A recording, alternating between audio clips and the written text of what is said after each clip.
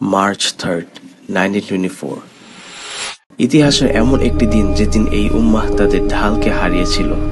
1300 বছরেরও বেশি সময় ধরে মুসলিম উম্মাহ ছিল united under one leadership, one flag and one system. And then তারা আঘাত হানল।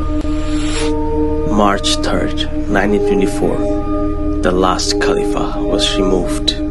খিলাফা বিলুপ্ত হলো, আর তার সাথে সাথেই মুসলিম উম্মাহর হৃদয় ছিন্ন ভিন্ন হয়ে গেল। More than 100 years have passed. আমরা কি দেখতে পাচ্ছি এখন? দখলদারিত্ব, বিভাজন, রক্তপাত, এক বিভক্ত উম্মাহ যারা ম্যানমেড বর্ডারে হারিয়ে গিয়েছে। কিন্তু তারা ভুল ভেবেছিল। তারা ভেবেছিল আমরা ভুলে যাব। তারা এটাকে মানচিত্র থেকে মুছে দিয়েছে, কিন্তু আমাদের হৃদয় থেকে নয়। আজ উম্মাহ জেগে উঠছে, ঐক্যের আহ্বান আরো উচ্চ কণ্ঠে ধ্বনিত হচ্ছে। More than 100 years without Khilafah. But this story is not over. The Ummah is not dead. The Khilafah is not history, it's our future. Let's reunite again, revive the call, and reclaim our own